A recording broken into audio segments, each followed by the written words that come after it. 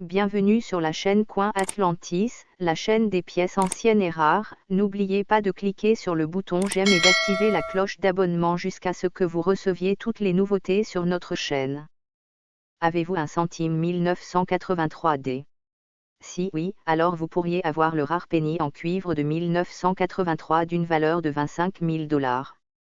C'est vrai, il y a un penny en cuivre rare de 1983, en particulier, un penny 1983D, qui vaut 25 000 $. 1983D penny en cuivre. C'est une pièce que de nombreux experts numismatiques, ceux qui étudient les pièces de monnaie, ne comprennent toujours pas entièrement car elle ne ressemble à aucun autre penny en cuivre que la United States Mint ait jamais fabriqué. Et il y en a peut-être d'autres comme ça. Quelle est l'histoire derrière ces pièces de monnaie Lincoln en cuivre rare et comment savoir si vous en avez trouvé une dans votre monnaie de poche? L'histoire derrière le rare 1983D penny. Pour comprendre pourquoi le centime de cuivre de 1983 est si rare, vous devez savoir quelque chose sur les centimes de 1982. Au début des années 1980, les prix du cuivre augmentaient rapidement à tel point que le gouvernement américain dépensait presque plus pour gagner un sou que sa valeur nominale. Autrement dit, les contribuables étaient sur le point de dépenser plus d'un sou pour gagner un sou. Le saviez-vous? Les prix des métaux n'ont cessé d'augmenter depuis le début des années 1980 et il en coûte maintenant environ 1,5 centime pour gagner chaque centime. Cette situation n'était pas vraiment nouvelle. Au milieu des années 1970, les prix du cuivre ont presque doublé en moins de 18 mois, ce qui a amené de nombreuses personnes à accumuler des sous en cuivre.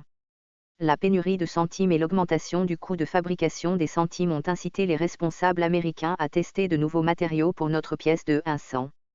L'une de ces expériences a conduit à la création du penny en aluminium de 1974, mais cette idée a été abandonnée après le contre-coup des responsables de l'industrie des distributeurs automatiques, qui affirmaient que les pennies en aluminium ne fonctionneraient pas avec leur équipement, et des pédiatres, qui craignaient d'avaler des pennies en aluminium n'apparaîtraient pas sur les radiographies.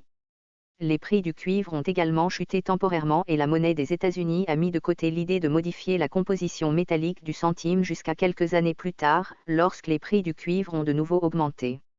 Suite à des débats au Congrès en 1981, la décision a été prise de changer la composition du penny de 95% de cuivre et 5% de zinc à 97,5% de zinc et 2,5% de cuivre en 1982.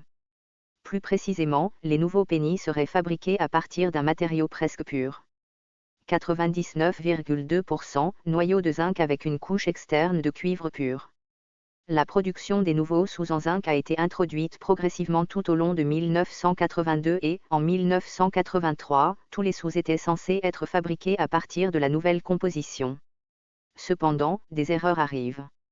Apparemment, il y avait quelques flûtes en cuivre, laiton, en fait cuivre et zinc lorsqu'ils sont combinés comme un alliage est connu sous le nom de laiton, ou des ébauches de pièces préparées, laissées dans les trémies de la presse à frapper en 1983.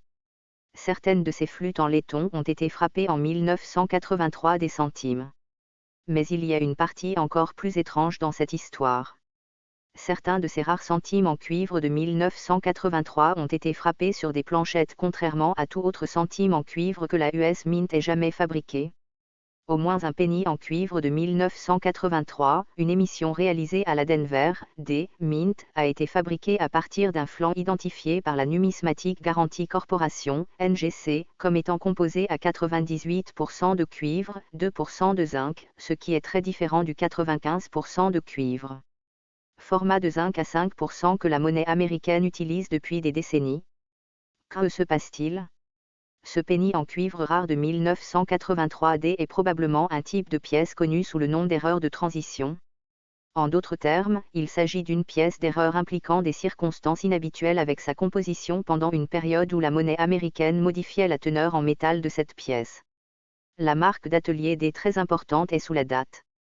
Les numismates tentent toujours de percer le mystère du penny en cuivre 1983D. Le revers du sou de 1983 porte un motif du Lincoln Memorial. Mais voici la bonne nouvelle, il y en a probablement plus et vous pourriez trouver un sou en cuivre de 1983 dans votre monnaie de poche. Comment faire la différence entre un penny en cuivre et un penny en zinc? Les pièces de monnaie en cuivre et les pièces de monnaie en zinc peuvent sembler à peu près identiques à première vue, mais il existe quelques différences clés qui vous aideront à les distinguer très facilement. D'une part, ils ont des poids différents. Les sous en cuivre pèsent 3,11 grammes. Les sous en zinc pèsent 2,5 grammes. Mais ne soyez pas trop obsédés par ces poids exacts. Le gouvernement américain autorise des écarts mineurs dans le poids d'une nouvelle pièce. C'est ce qu'on appelle les tolérances. Dans le cas du rare penny en cuivre 1983D, il pèse 3,0 grammes, ce qui est dans la tolérance de 0,13 grammes, plus ou moins, autorisé pour les pennies en cuivre traditionnels. Donc, si vous trouvez un penny en cuivre de 1983 qui pèse, disons, 3,05 grammes, ne le dépensez pas en pensant qu'il est trop léger pour être un penny en cuivre. C'est peut-être le vrai MC quoi. Comment déterminer le poids d'un sou? Curieux de savoir comment peser vos sous. Il existe deux bonnes façons de peser soi-même des sous. Achetez une balance à pièces qui peut mesurer par incrément de 1 à centième de gramme. Les balances grammes sont vraiment bon marché, et beaucoup sont disponibles pour moins de 20 $. Cela vaut vraiment la peine d'acheter une balance comme celle-ci afin de pouvoir rechercher plus facilement des pièces d'erreur rares telles que le penny en cuivre 1983D. Essayez le test de chute. Tout ce que vous avez à faire est de déposer votre sou contre une surface dure, comme une table en bois. Les sous en cuivre sonnent comme des petites cloches quand ils frappent la surface dure, tandis que les pièces de monnaie en zinc ne font qu'un cliquetis sourd. Astuce, le test de la chute d'un sou est généralement infaillible, mais il est toujours préférable de peser vos sous pour vraiment dire lesquels sont du zinc par rapport au cuivre. J'espère que vous trouverez un penny en cuivre de 1983, mais si vous ne le faites pas, pas de souci. Il existe de nombreuses autres erreurs rares de penny en cuivre que vous pouvez rechercher.